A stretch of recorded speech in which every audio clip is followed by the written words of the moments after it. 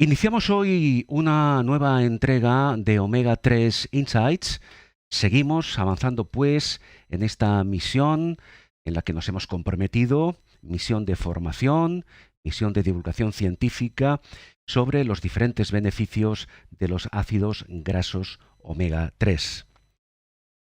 Bebs Biopharm, gracias a la experiencia de 30 años dedicados al estudio y extracción de estos ácidos grasos esenciales, ha dado un paso más para ofrecer este nuevo espacio de entrevistas que hemos llamado Omega 3 Insights, en el que damos a conocer protocolos que se han creado junto a los profesionales de la salud que se van incorporando, que se van a ir incorporando fruto del flujo e intercambio de conocimiento que desde Omega 3 Insights vamos generando. Básicamente, pues, nuestro propósito es precisamente generar, es propiciar conexiones para divulgar, para formar a más profesionales de la salud interesados en incorporar estas herramientas omega 3, efectivamente, a su arsenal terapéutico. Hoy vamos a hablar en un instante, saludamos ya a la doctora Teresa Lajo. La doctora Teresa Lajo es licenciada en Medicina y Cirugía por la Universidad Complutense de Madrid y especialista en endocrinología y nutrición. Doctora Lajo, encantada de saludarla, muy amable. Gracias por estar con nosotros. Muchas gracias, Carles, muchas gracias. Doctora, el valor de los omega 3 en la diabetes, este es de hecho el título genérico que vamos a abordar durante estos próximos minutos. Si le parece, doctora, en primer lugar, para empezar y para centrarnos en el tema de fondo que nos ocupa, yo le voy a pedir que nos explique, que nos comente qué es la diabetes mellitus de tipo 2 y en qué aspectos se diferencia de la diabetes tipo 1 o también llamada insulino dependiente. Bueno, esta diferenciación no es exacta porque la diabetes tipo 1 y la tipo 2 son en realidad dos enfermedades absolutamente diferentes y lo que les diferencia no es precisamente la dependencia de insulina, sino el origen o la base patológica. La diabetes tipo 1 es una enfermedad autoinmune en la cual se destruye en más o menos, bueno, normalmente completamente las células beta del páncreas, con lo cual no hay insulina y por eso siempre, sí o sí, la diabetes tipo 1 necesita insulina. Bueno, puede ser también otro tipo de diabetes tipo 1, pero en fin, eso ya es para endocrinólogos. Y la diabetes tipo 2 es una diabetes que tiene otro tipo de origen diferente, que normalmente es en pacientes obesos y tiene que ver con una disfunción de la insulina y del receptor de la insulina. Y normalmente se trata con antidiabéticos orales, es decir, con pastillas, pero puede requerir insulina. Por eso te decía que el término insulino dependiente antiguamente se equiparaba a la diabetes tipo 1, pero ahora hay mucha diabetes tipo 2 que precisa al final tratamiento con insulina para su manejo, con lo cual hay diabéticos tipo 2 que precisan insulina y siguen siendo tipo 2. ¿Vale? Así que la diferencia, o sea, son dos enfermedades absolutamente diferentes. La tipo 1 se suele dar en niños pequeños, adolescentes y siempre necesita insulina y suele ser de origen autoinmune, pero puede tener otros orígenes. Y la diabetes tipo 2 suele ser en pacientes más mayores, suele ser en pacientes obesos, tiene más relación con las alteraciones cardiovasculares, con el síndrome metabólico, etcétera. Normalmente se trata con pastillas, pero puede precisar insulina al final. Pero vamos, Entiendo. Ujú. el origen es diferente. Entonces, lo que les diferencia es el origen, no el tratamiento. Entiendo, doctora Lajo. Por cierto, cuando nos referimos, cuando ustedes, los médicos, los profesionales, se refieren a la diabetes, la califican como una enfermedad metabólica multifactorial. ¿Nos puede explicar un poco ese concepto? Esto atañe fundamentalmente a la diabetes tipo 2, aunque si hablamos de la diabetes tipo 1 también, porque es una enfermedad autoinmune y todas las enfermedades autoinmunes, por lo menos bajo mi punto de vista, se originan en el intestino.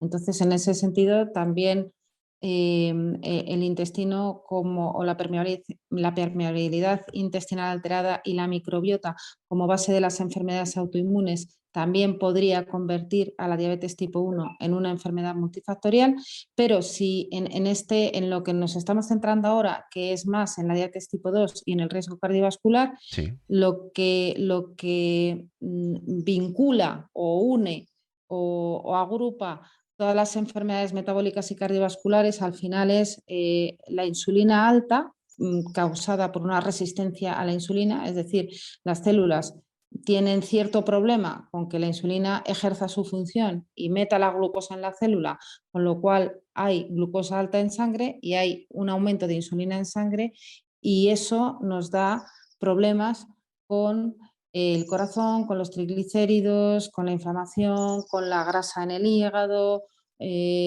con muchas otras patologías, con la apnea obstructiva del sueño, con muchas otras enfermedades y supongo que es a eso con lo que te refieres con multifactorial, ¿no? Y de hecho precisa muchos especialistas para su manejo. Necesita el neurólogo para las complicaciones neurológicas, necesita al nefrólogo para las complicaciones del riñón, necesita al oftalmólogo para las complicaciones de los ojos y necesita, por supuesto, al cardiólogo para las complicaciones cardiovasculares. Ujú. Supongo que te refieres a eso. Sí, sí, queda claro, queda absolutamente definido ese concepto referente a la diabetes en general como enfermedad metabólica multifactorial. Como antes decíamos, doctor Alajo, el título genérico de esta entrevista es El valor de los omega 3 en la diabetes y vamos a centrarnos específicamente en la diabetes de tipo 2. Cuando hablamos de, doctor Alajo, cuando hablamos de omega 3 en general, estamos de alguna forma, digamos, abarcando, englobándolos en una, digamos, en una familia o en una clase completa de ácidos grasos. Pero la pregunta es esta. Sabemos que hay diferentes tipos de ácidos grasos omega 3. ¿Todos ellos son o pueden ser eficaces para prevenir en primera instancia y para tratar posteriormente la diabetes de tipo 2? A ver, los ácidos grasos omega 3 que realmente han demostrado efectos claros en la salud em, son fundamentalmente dos, que es el eicosapentanoico, que es el EPA, y el docosapentanoico, que es el DHA. Estos dos que no se consideran ácidos grasos esenciales porque en teoría los podemos fabricar a partir de otro que es el ALA, pero realmente la síntesis, la capacidad de síntesis que tenemos de estos ácidos grasos los humanos en el cuerpo Ujú. es muy pequeña, con lo cual son considerados semiesenciales, es decir, que los tenemos que aportar o bien de la dieta o bien de la suplementación. Y una vez que esto está claro, y esto está muy claro, o sea, no hay absolutamente ninguna discusión acerca de la capacidad de síntesis de estos ácidos grasos por parte del organismo, la discusión supongo que estaría en si los podemos ingerir por medio de la dieta o los tenemos que suplementar y qué tipo de ingesta, o sea, qué tipo de ácidos grasos omega 3 son más beneficiosos. Y esto, o por lo menos todos los estudios, o los estudios apuntan a que son los de origen marino, Sí. o sea, los de origen animal, en este caso marino, porque los otros serían los de origen vegetal, tipo los de semillas de lino, aceite de lino, pipas de girasol, etcétera, aceite de girasol. Y estos tienen muchísima menos eficacia a nivel de los efectos en la membrana biológica, que es la que se ha demostrado que tienen los omega 3 de origen marino, que son el EPA y el DHA, que provienen de pescados salvajes, normalmente tipo bueno, pues arenque, salmón, Ujú. sardina, etcétera, etcétera. Pero claro, aquí está la siguiente trampa. La cantidad de pescado que nosotros tendríamos que ingerir al día para alcanzar los 4 gramos que parece que está demostrado que por lo menos en el ámbito que a mí me compete, que es la enfermedad metabólica, son realmente eficientes desde el punto de vista de la salud, tendría que ser muy alta. Y aquí tenemos otro problema con los pescados, que son los metales pesados. Claro. Cuando nosotros, salvo que sean pescados muy chiquititos, y aún así, bueno, pues la cosa no está muy clara, pero o sea, como, salvo que sean muy pequeños, estamos ingiriendo una gran cantidad de metales pesados con los grandes pescados o con esas cantidades que precisaríamos a diario para ingerir estas cantidades de omega 3. Y bueno, pues lo que arreglamos por un lado lo estropeamos por otro, o sea, es desvestir a un santo para vestir a otro, básicamente. Sí, sí, No sé si sin te he duda. respondido. Sí, sí, perfectamente, doctora Lajo, ha quedado muy claro. Continuamos. Algunos ácidos grasos son esenciales, evidentemente, y eso está demostrado, como usted apuntaba, para nuestro organismo, en la medida en que no disponemos de la maquinaria enzimática que es necesaria para lograr sintetizarlos. Este parece, doctor Alajo, que no es el caso de EPA y DHA. Entonces, a partir de ahí, y al margen de lo que usted ahora quiera añadir, dos preguntas. ¿Esto significa que nuestro organismo los puede sintetizar? Y la siguiente pregunta, ¿sería recomendable o es en la práctica recomendable la suplementación con EPA y con DHA para lograr alcanzar unos niveles adecuados para prevenir, como antes apuntábamos, o en su caso incluso tratar la diabetes tipo 2? Estos ácidos grasos no se consideran esenciales, pero en la práctica sí que son esenciales. Que sean esenciales quiere decir que necesitamos aportarlos por fuera, no que no los sintetizamos Claro. nosotros, que necesitamos o comérnoslo con la dieta o tomarlos con suplementación. Eso quiere decir que son esenciales porque nosotros no los fabricamos de Ujú. forma endógena. Entonces, efectivamente, hay algunos ácidos grasos que sí que podemos fabricar y otros que no podemos fabricar. Y los omega 3, que parece que son fundamentales para nuestra salud metabólica, que son el EPA y el DHA, son semiesenciales. En teoría los podemos fabricar a partir de otro ácido graso que sí que es esencial, pero en realidad no tenemos la capacidad suficiente de esas enzimas que se llaman elongasas, desaturasas, etcétera, etcétera, porque normalmente nuestros cuerpos no son perfectos, están ya bastante estropeados y cada vez con la edad están más estropeados. Y entonces no solamente nos faltan esas enzimas, sino que los sitios donde se tienen que fabricar esos ácidos grasos, que son las mitocondrias, etcétera, pues están ya bastante estropeaditas las pobres. Entonces no podemos fabricar los omega 3 y tenemos que ingerirlos o bien de la dieta o bien de la suplementación. Por eso hay muchísimas enfermedades no diagnosticadas que en realidad es déficit de omega 3. Ujú. Sí. Habitualmente, doctora Lajo, cuando una persona está diagnosticada, padece de diabetes tipo 2, el tratamiento de elección suelen ser los llamados antidiabéticos orales, entre otros muchos hábitos saludables, por todos conocidos, no sé, práctica de ejercicio aeróbico moderado, etcétera. ¿Hasta qué punto podemos decir que los omega 3 tienen un efecto preventivo o que también pueden convertirse en una estrategia terapéutica eficaz en la diabetes de tipo 2? Pues mira, te voy a decir una cosa. Tú te metes en Google normal y pones diabetes y omega 3, que he hecho yo la prueba, Ujú. y te dice lo primero, no hay evidencia científica de que los omega 3 tengan ningún efecto en la Ajá. diabetes. Vale, luego haz otra prueba. Te vas al Google Academics y metes 2020. Y entonces en Google Academics 2020 tienes un porrón de artículos Sí. científicos que relacionan la diabetes con los omega 3 en prevención, en Ujú. tratamiento, en mejora de la sensibilidad de la insulina. Es decir, cuando tú ya estás desesperado con un paciente y no sabes qué hacer porque por más que le sube las dosis de insulina no mejora, Ujú. pues cualquier estrategia que te mejore la sensibilidad de la insulina, y esto lo saben los profesionales, es fundamental. Disminuyendo la inflamación a través de la microbiota, mejorando la nefropatía diabética, mejorando incluso la sensibilidad a insulina en diabetes tipo 1 en adolescentes.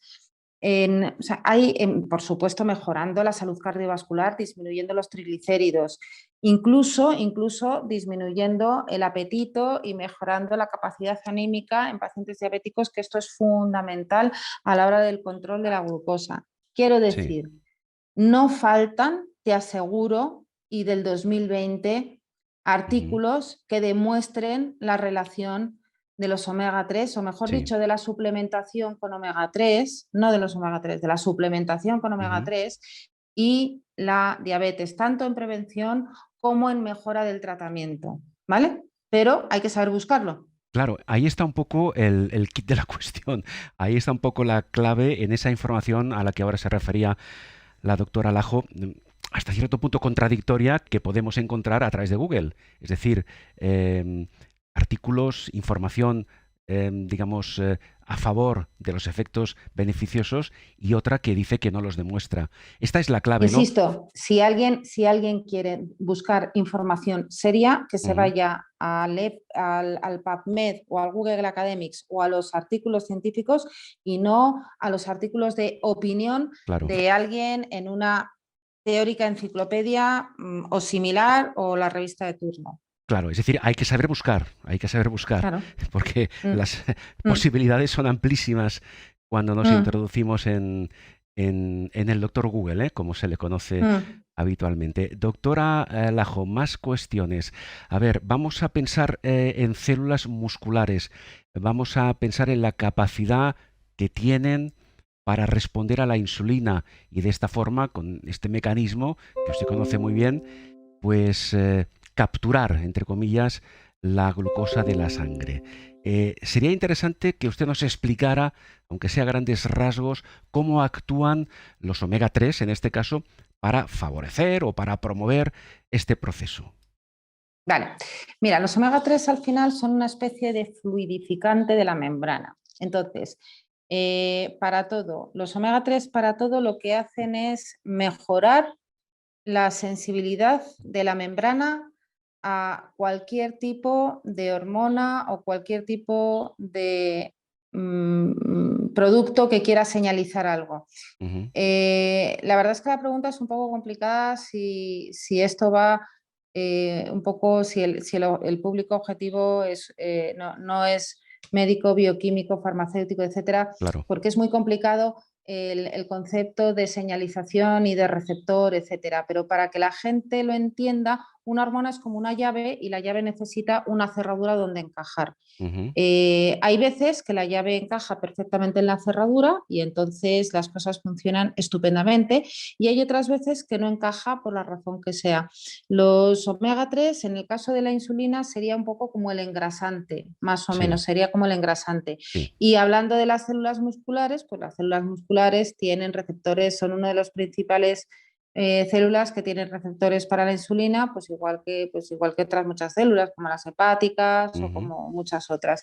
Lo que pasa es que las células el músculo, pues normalmente tenemos mucho más músculo que otra, que hígado, por ejemplo. Entonces, el tema de los receptores de insulina en las células musculares pues es particularmente importante y ahí es donde se han hecho los estudios. Pero es casi anecdótico el tema de que sean los receptores musculares frente a otro órgano, ¿no? Pero para que la gente lo entienda es eso, o sea, los omega 3 engrasan el mecanismo Ujú. del encaje de la insulina en su receptor de forma que funciona mejor y esa insulina que nosotros estamos cuidando como oro en paño, bien sea nuestra propia o la que estamos administrando de forma exógena, para no subir las dosis de insulina que engorda, porque la insulina Sí. aumenta peso, bien sea nuestra o bien sea administrada. Un aumento de insulina hace ganar peso y tiene otros muchos efectos nocivos en el organismo. Lo que necesitamos es que funcione bien, ¿vale? Entiendo. Sí, Entonces, sí. para que funcione bien, esa llave, esa cerradura tiene que estar perfecta y eso es lo que hace el omega 3 en la membrana. Claro. Yo creo que se ha explicado usted perfectamente y que todos lo habrán entendido seguro con una claridad diáfana. Vamos a continuar con más conceptos, doctor Alajo. Hemos comentado, decíamos al principio, que la diabetes tipo 2 tiene en común con otras muchas patologías que cursa con un fuerte componente inflamatorio. Ante este hecho, ante esta situación, me gustaría que nos explicara cómo funcionan, con qué nivel de eficacia trabajan los omega 3 para revertir o cuando menos para compensar esta situación cuando se produce. Bien, La inflamación no solamente es mala para la diabetes, la inflamación es mala para el cáncer, es mala para el coronavirus, es mala para un paciente con coronariopatía y con problemas de infarto sin tenga o no diabetes. La Ujú. inflamación es mala para una artritis, para todo. De hecho, yo, por lo menos en mi consulta, en las analíticas, siempre pido marcadores de inflamación, como puede ser la proteína C reactiva, siempre, porque es mala para todos. Bien, Sí. los omega 3 tienen, yo creo que el primer efecto que se descubrió de los omega 3 es su efecto antiinflamatorio. ¿Por qué? Porque antagonizan o compensan o, vamos a ver, las moléculas proinflamatorias fundamentales en nuestro organismo son las prostaglandinas, el ácido araquidónico, que provienen de los omega 6. Ujú. De hecho, los antiinflamatorios no esteroideos, las clásicas aspirinas, ibuprofenos, etcétera, lo que hacen es antagonizar estas prostaglandinas inflamatorias. Bien, pues los omega 3, que van por una vía, digamos, paralela a los omega 6, lo que hacen es robarle las enzimas a los omega 6, con lo cual se fabrican muchas menos prostaglandinas de estas inflamatorias y actúan como moléculas antiinflamatorias. Por un lado, porque están impidiendo la vía de las moléculas del ácido araquidónico y las prostaglandinas proinflamatorias, y por otro lado, porque ellos mismos provocan una cascada de moléculas antiinflamatorias que se llaman resolvinas, maresinas, no sé, que tienen unos nombres muy raros, pero no solamente ellos fabrican moléculas antiinflamatorias, pero además roban las enzimas que necesitan las proinflamatorias, que son las prostaglandinas. Entonces tienen un doble mecanismo antiinflamatorio que es archiconocido ya. Y Ujú. como te estaba diciendo, la inflamación es mala para cualquiera. Claro, evidentemente. Em, Vamos a comentar ahora, doctora, algo que en principio cualquier paciente diabético de tipo 2 que nos vaya a ver, que nos verá luego en las redes sociales, algo que creo que es sabido por todos ellos, que conocen de primera mano. Esta enfermedad, la diabetes de tipo 2, causa una alteración de los perfiles lipídicos, de los glucídicos, que creo que es o puede ser bastante acentuada. Entonces, en base a esta situación, yo le quiero hacer una pregunta. Doctora Alajo, ¿los omega 3 pueden ejercer un papel terapéutico para trabajar, para revertir o para paliar esta situación cuando se produce? Eh, en la analítica, en lo que los pacientes y los médicos vemos, que es la analítica, los omega 3 en realidad lo único que van que no es poco, lo que van a reflejar es sí o sí una disminución de triglicéridos, porque esto está también muy demostrado, y una disminución de la inflamación y probablemente una disminución de los niveles de glucosa y por tanto de hemoglobina glicada, por lo que hemos estado diciendo, porque los omega 3, al facilitar, como decía, la llave de la insulina en su receptor, pues disminuyen los niveles de glucosa, es decir, mejoran el control de la diabetes, entonces pues mejoran todos los parámetros analíticos. Lo que no va a disminuir son los niveles de colesterol, que esto la gente está muy confundida. Anda, pues estoy tomando omega 3 y el colesterol es igual, vale. Pero tienen otro beneficio muy importante, y es que a nivel de membrana celular revierten el cociente omega 3, omega 6, como estaba comentando, de tal manera Ujú. que previenen de una manera muy clara la fibrilación ventricular en el caso de que una persona tuviera un infarto agudo de miocardio. La gente se preocupa mucho por el colesterol, que bueno, pues esto, Sí. en fin, eh, tienen que darse muchos factores para que una persona tenga un infarto, o se muera por un infarto, Ujú. independientemente de los niveles de colesterol en la sangre, muchos otros. Uno de ellos es la oxidación del colesterol, ¿no? Pero aunque tú tengas un infarto, lo que sí vas a tener es dolor, está claro, dolor, vas a tener una fase de isquemia, es decir, como de falta de oxígeno y de muerte de una parte del corazón y tal, pero por lo que se muere normalmente la gente cuando tiene un infarto es por una fibrilación ventricular, ¿vale? La fibrilación ventricular es muy difícil que ocurra si tenemos una cantidad en sangre y sobre todo en las membranas de las células miocárdicas suficiente de omega 3. Entonces, no todo es lo que vemos en la analítica, no todo es lo que vemos en la analítica.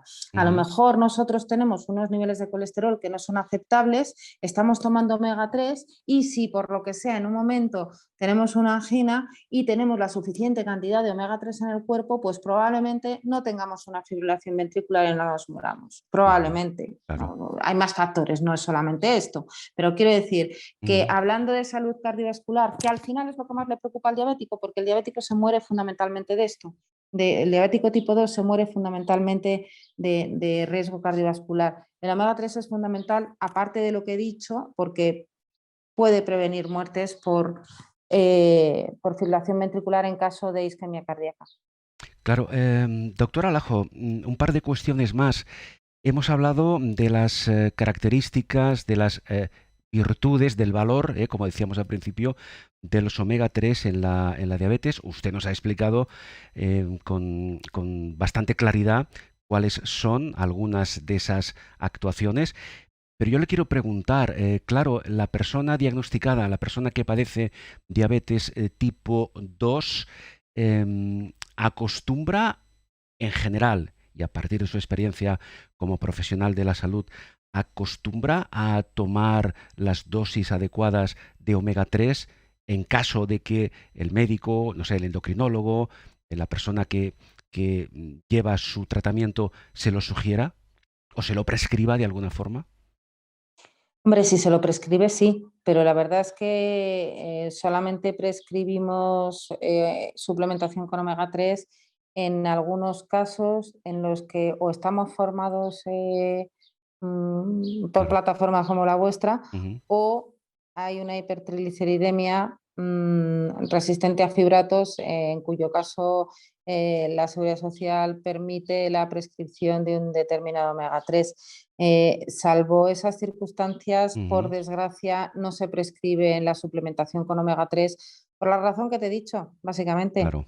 Porque, a ver, yo supongo que también es un tema económico. Aquí ya nos metemos en algo. Si ya me cuesta que los médicos de primaria prescriban y pauten una vitamina D que es Ujú. baratísima, Sí, baratísima, y me cuesta un montón, un omega 3 que por desgracia no es tan barato, ujú, pues no se va a prescribir, lo cual es una pena. claro. Entonces, bueno, pues al fin y al cabo una suplementación con omega 3 probablemente te cuesta menos que salir a cenar un día al mes. Entonces, Sin duda, sin pero duda, es que esto es así, esto es así. sin duda. En todo caso, ha apuntado usted un detalle que sí que me gustaría comentar, doctor Alajo, insisto, siempre bajo su criterio. Usted ha aludido a la, entre comillas, falta de formación en omega 3 de algunos profesionales de la salud. ¿Esto a qué se debe, esa falta de formación en algunos casos?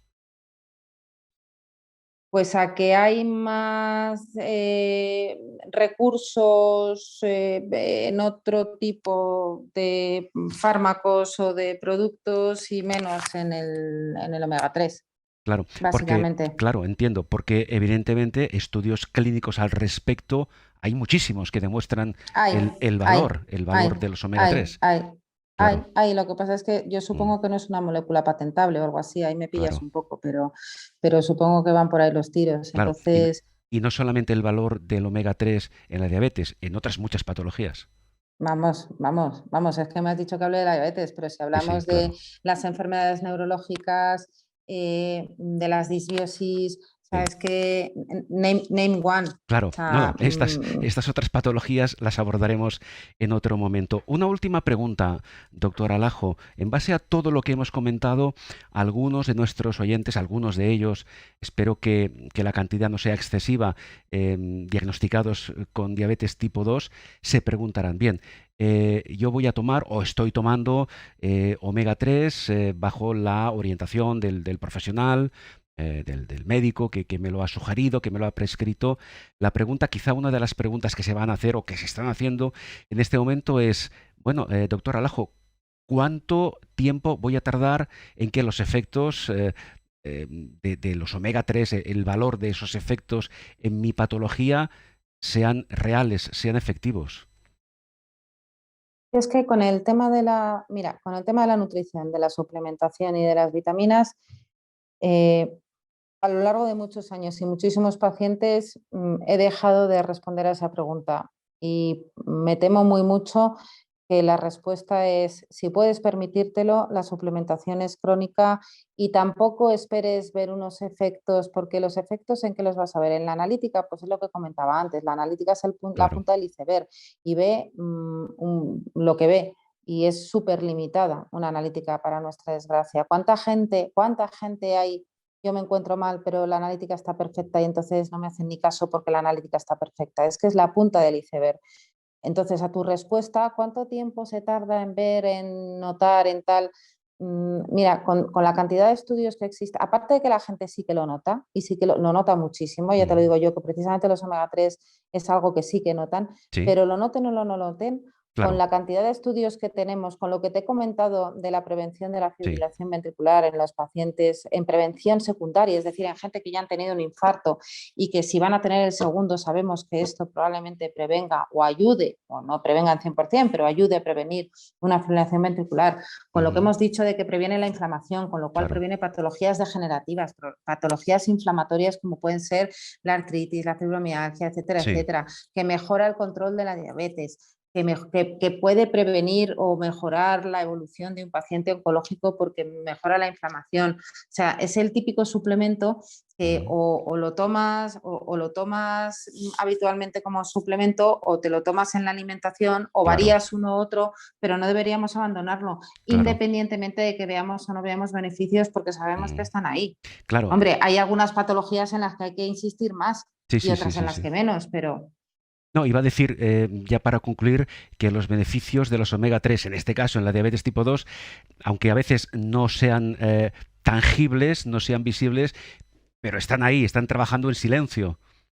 claro, Sería un poco evidentemente, esto. pero es que evidente, hombre, y no tan en silencio, ¿eh? Que, o sea, lo que pasa es No, que yo ya te perdón, digo que soy muy, muy sí, escéptica con las analíticas, y no tan en silencio, pero hay que decir que a lo mejor, claro, también es que yo utilizo los omega 3 y muchas otras herramientas, entonces tú claro. ves a un diabético y le pones una dieta, le dices que haga ejercicio, que tome canela y otros suplementos o otro tipo de alimentación, y Ujú, además le pones omega 3 y en la siguiente analítica está muchísimo mejor. ¿Y claro, cuánto es debido al omega 3? ¿Cuánto es debido al ejercicio, al entiendo. cambio de alimentación? Yo creo que queda, creo que queda clarísimo.